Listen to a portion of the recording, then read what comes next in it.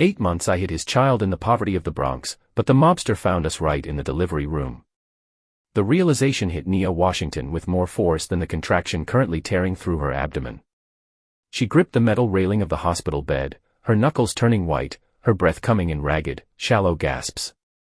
The room in the underfunded clinic smelled of antiseptic and stale floor wax, a stark contrast to the sterile, expensive scent of cedar and rain that used to cling to her sheets.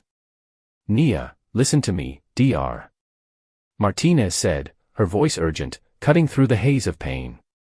The monitor beside the bed was beeping with a frantic, irregular rhythm that mirrored the panic rising in Nia's chest. "The baby's heart rate is dropping. The cord is wrapped. We need to do an emergency C-section, but we do not have the specialized anesthetist on site for a high-risk case like this. We need to transfer you, but we do not have time." Nia looked up, sweat matting her natural hair to her forehead. "High risk? You said everything was fine."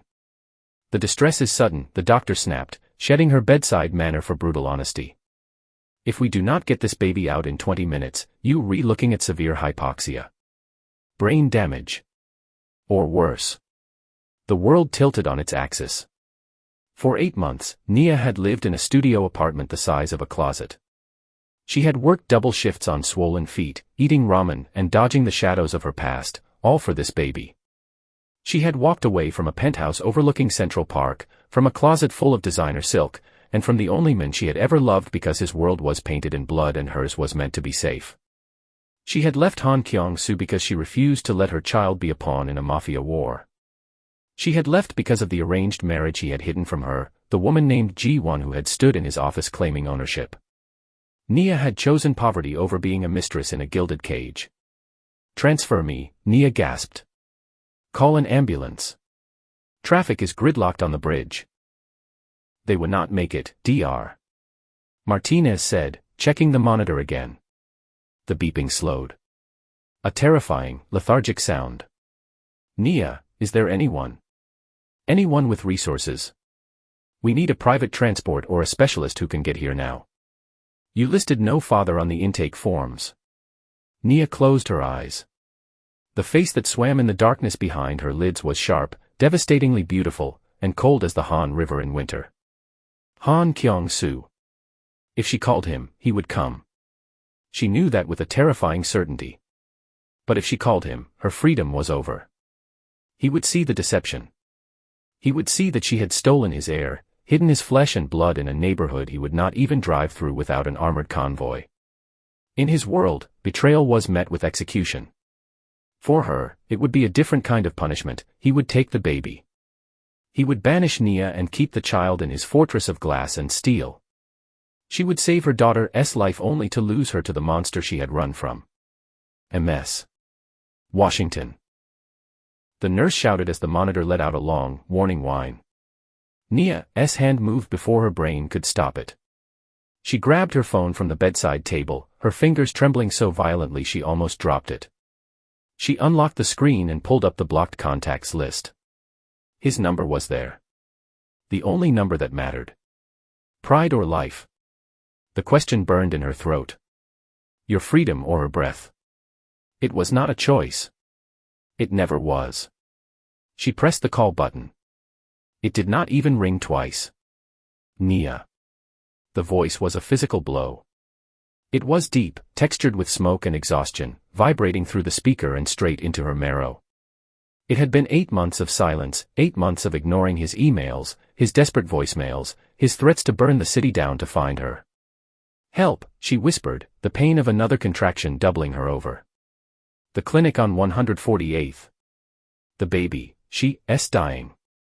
They see not. I need." "I have your location," he interrupted. The cold authority in his voice was instant, a switch flipped from shock to command. "Track the signal," he barked at someone in the background. Then, his voice dropped, intimate and terrifying. "Do not you dare close your eyes, Nia. I am coming. Kyung-soo, please," she sobbed, the fear of him and the need for him warring in her chest. She's in distress. She. The word hung in the air, heavy and loaded. A daughter. Yes. Silence stretched for a heartbeat, thick with betrayal and wonder. I'm 3 minutes away. Keep her alive, Nia. If you let my daughter die, I will tear this world apart. The line went dead. Nia let the phone fall onto the sheets. She had done it. She had summoned the devil to save an angel, and she knew, as the darkness crept into the edges of her vision, that the price for this miracle would be her soul. The clinic doors did not just open, they were thrown wide by a force of nature. Nia was drifting in and out of consciousness, the pain becoming a white noise that drowned out Dr. Martinez's frantic commands. But she heard the change in the atmosphere.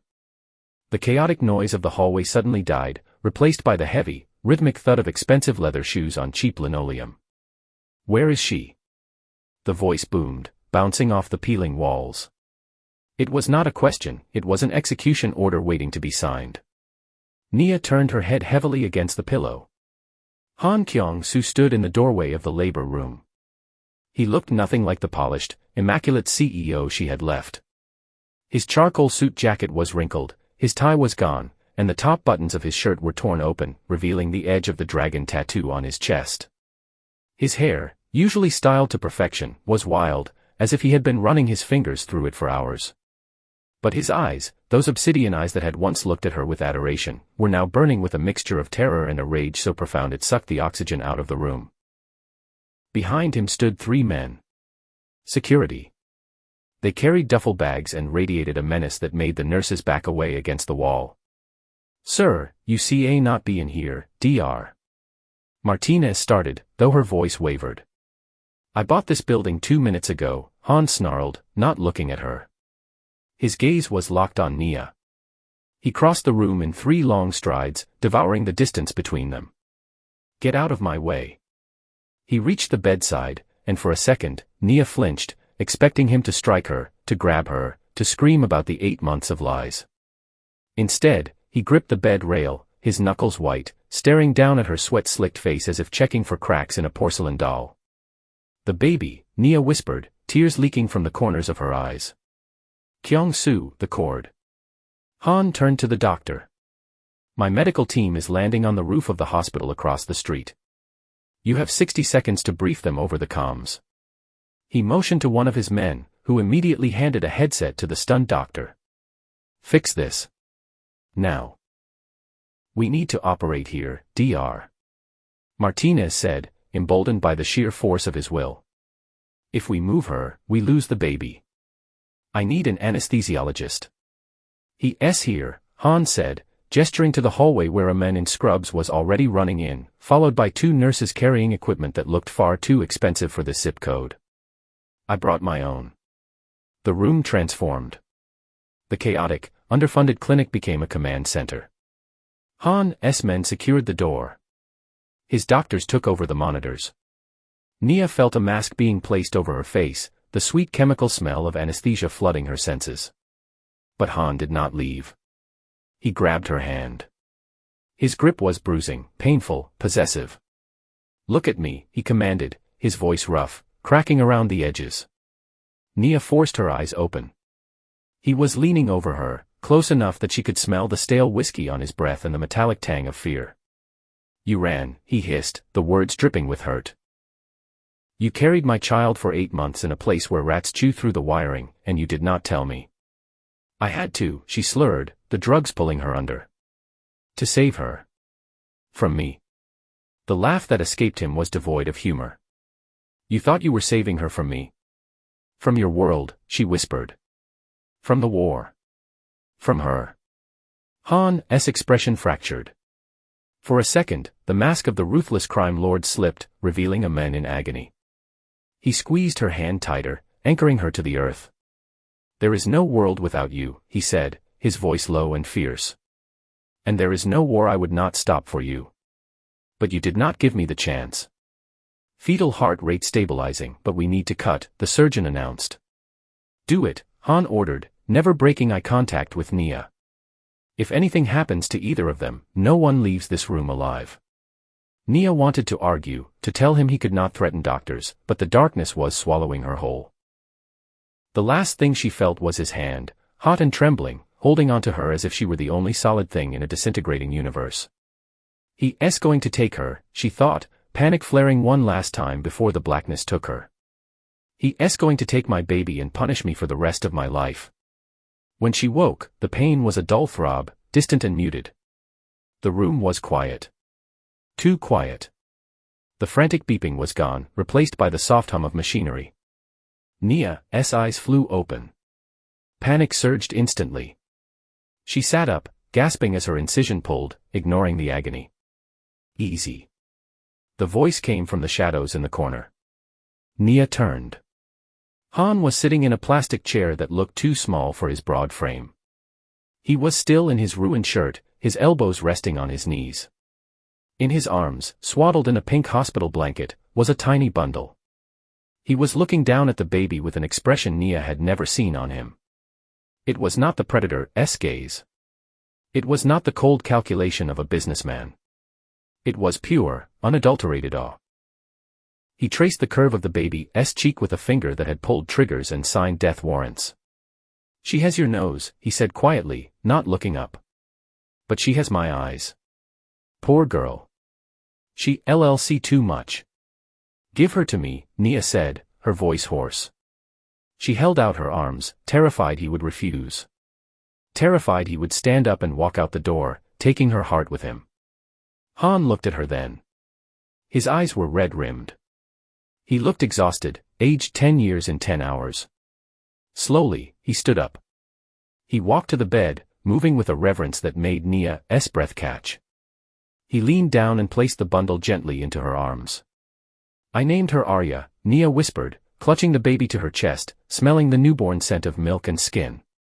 Like we talked about. Before everything. Arya, Han tested the name. It sounded like a prayer on his lips. He did not pull away. He stood over the bed, his hand resting on the railing, trapping her. She is perfect, Nia. She is the only clean thing I have ever touched. Then his face hardened. The tenderness evaporated, replaced by the cold steel of the man she feared. And you almost killed her. Nia flinched. I did what I had to do. You lived in squalor, he spat, gesturing around the room. You worked double shifts while pregnant. You risked preeclampsia, malnutrition, stress. You denied my daughter her birthright. You denied me my fatherhood. Why? Because you think I am a monster. Because of Ji-won. Nia shouted back, the anger finally breaking through her fear. Because I came home and found you with another woman. A woman who told me she was your fiancée. A woman whose father demanded a merger. I was not going to let my daughter be the bastard child of a mistress while you played happy family with a mafia princess. Silence crashed into the room. Han stared at her, his mouth slightly open. The anger in his eyes shifted, replaced by a confusion that quickly morphed into a devastating realization. Ji-won, he repeated, his voice barely a whisper. You left, because of the arranged marriage? I left because you did not tell me about it, Nia cried, tears streaming down her face. Because you kept secrets. And in your world, secrets get people killed.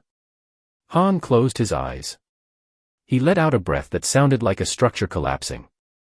He sank onto the edge of the mattress, his head bowing into his hands. The great Han Kyong-soo, the king of New York, looked utterly defeated. Nia, he said into his palms. Ji-won was gone 3 days after you left. The words hung in the air, suspended in the antiseptic silence. Nia stopped rocking Arya. Her heart hammered against her ribs, a frantic bird trapped in a cage. What? She breathed.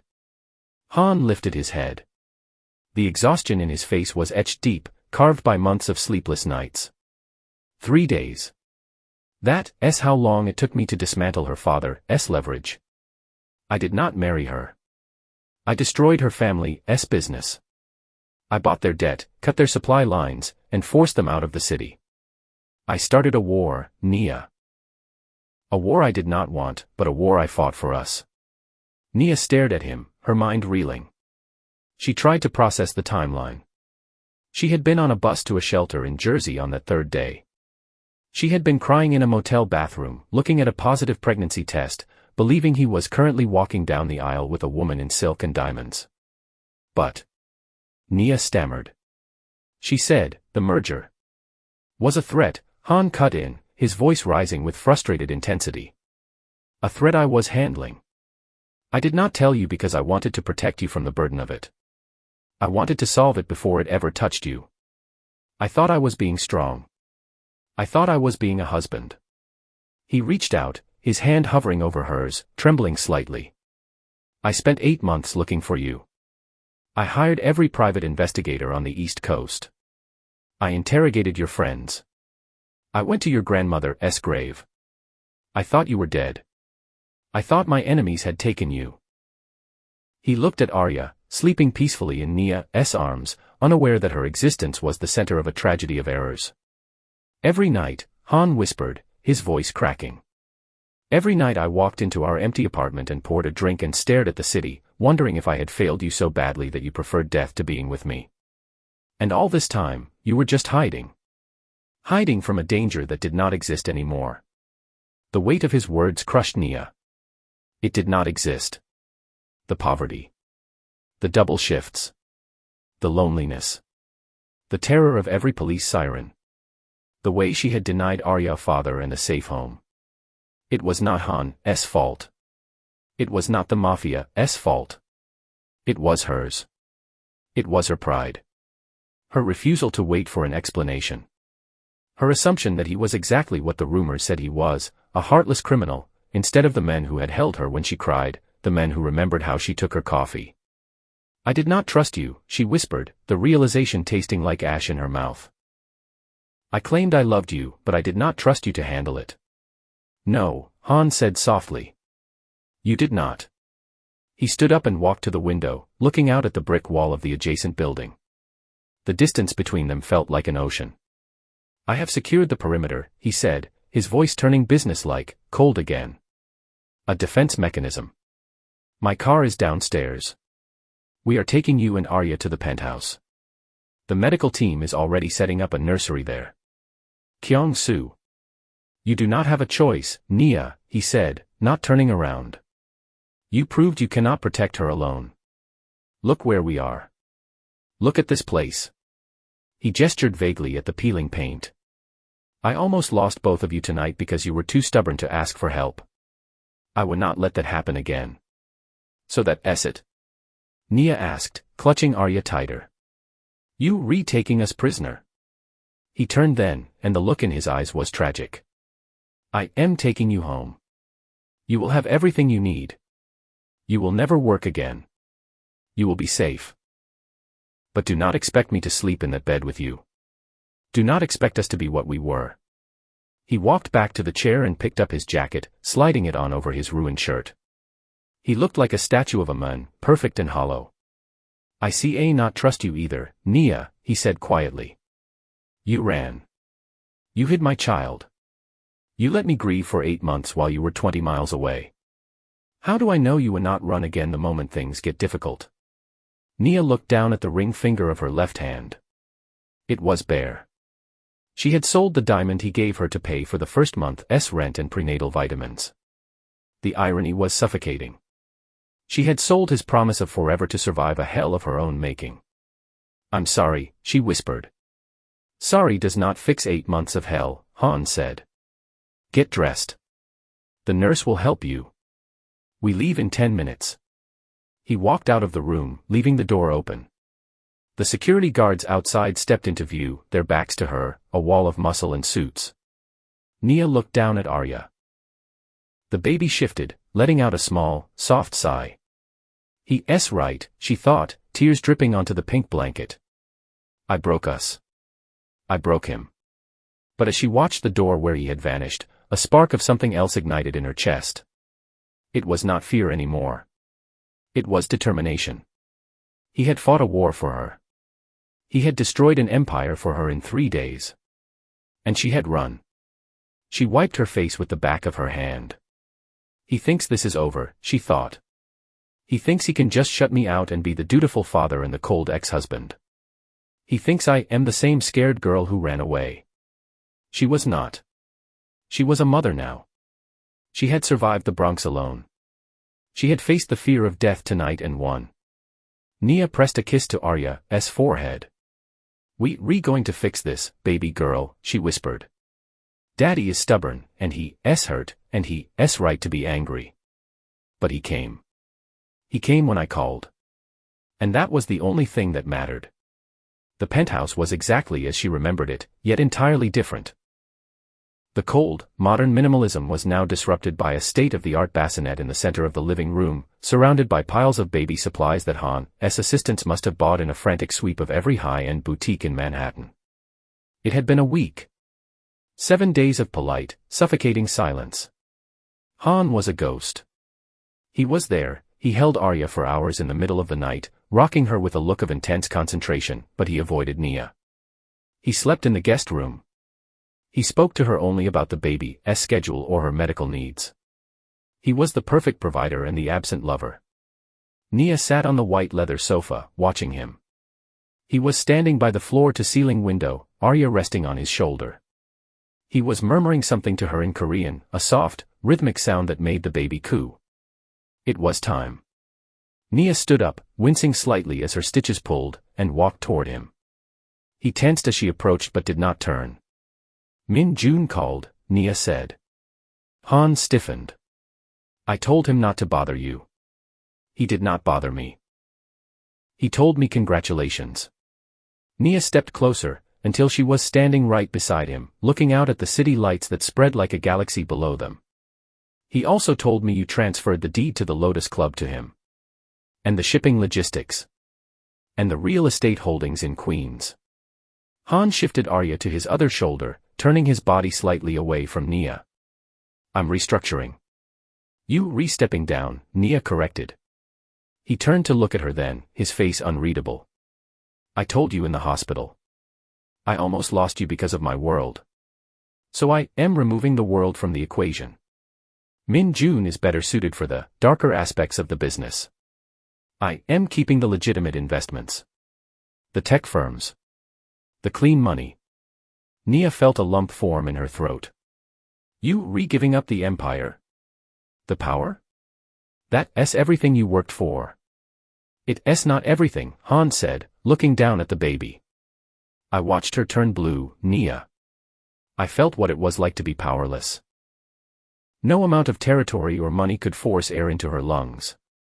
I do not want her to grow up wondering if her father is coming home or if he's in a trunk of a car. I do not want her to run away like her mother did because she's afraid of who I am. He looked up at Nia, and the raw vulnerability in his eyes took her breath away. I am changing everything for her, he said. And for you. Even if you do not want me anymore. Even if you stay here only for her sake. I will be a man you do not have to fear. Nia reached into the pocket of her cardigan. Her fingers closed around the small velvet box she had retrieved from the safe in the bedroom, the safe she still knew the combination to. I never feared you, Kyung-soo, she said softly. I feared losing myself. I feared being powerless. She held out the box. Han looked at it, then at her. He did not move to take it. I sold the ring you gave me, Nia admitted, her voice shaking. To pay for rent. To buy food. It was the hardest thing I ever did. She opened the box. Inside lay a simple platinum band. It was his. The wedding band she had left on the nightstand the night she ran. I see not buy back the diamond yet, she said. But I found this in the safe. You kept it. I kept everything, he murmured. I made a mistake, Nia said, stepping into his space, placing her hand on his chest, right over his heart. It was beating fast, a frantic rhythm against her palm. I let pride and fear dictate my life. I did not trust you with my fears, so I created a nightmare for both of us. But you. She looked up at him, tears blurring her vision. You tore down your world for me before I even asked. You fought a war for a woman who had already left you. I would burn the world for you, Nia. I told you that. I do not want you to burn the world, she whispered. I just want you to build a home. With me. No secrets.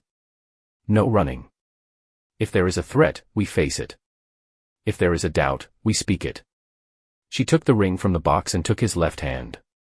His fingers were large, calloused, trembling. I, Nia Washington, take you, Han Kyong-soo, to be my partner, she said, sliding the ring onto his finger. In chaos and in quiet. In poverty and in wealth. With all your scars and all your secrets, as long as you share them with me. Han stared at the ring on his finger. Then he looked at Nia, and the ice in his eyes finally, completely shattered. He let out a ragged breath and reached out with his free hand, cupping the back of her neck, pulling her forehead against his. You are dangerous, woman, he whispered, his voice thick with emotion. More dangerous than any man I have ever faced. Is that a yes? She asked, smiling through her tears. It's a promise, he vowed. No more secrets. No more running. He leaned down and kissed her. It was not the hungry, desperate kiss of their past. It was slow, deep, and tasting of salt and redemption. It was a seal on a new contract, one written not in blood, but in hope. Between them, pressed against their chests, Arya let out a small, contented squeak. They broke apart, laughing breathlessly. Han looked down at his daughter, then at his wife. The shadows of the room seemed to retreat, pushed back by the warmth of the small, imperfect family standing in the center of the penthouse. Come, Han said, gently guiding Nia toward the bedroom, his arm a heavy, protective weight around her shoulders. Let us put our daughter to sleep. We have 8 months of lost time to make up for.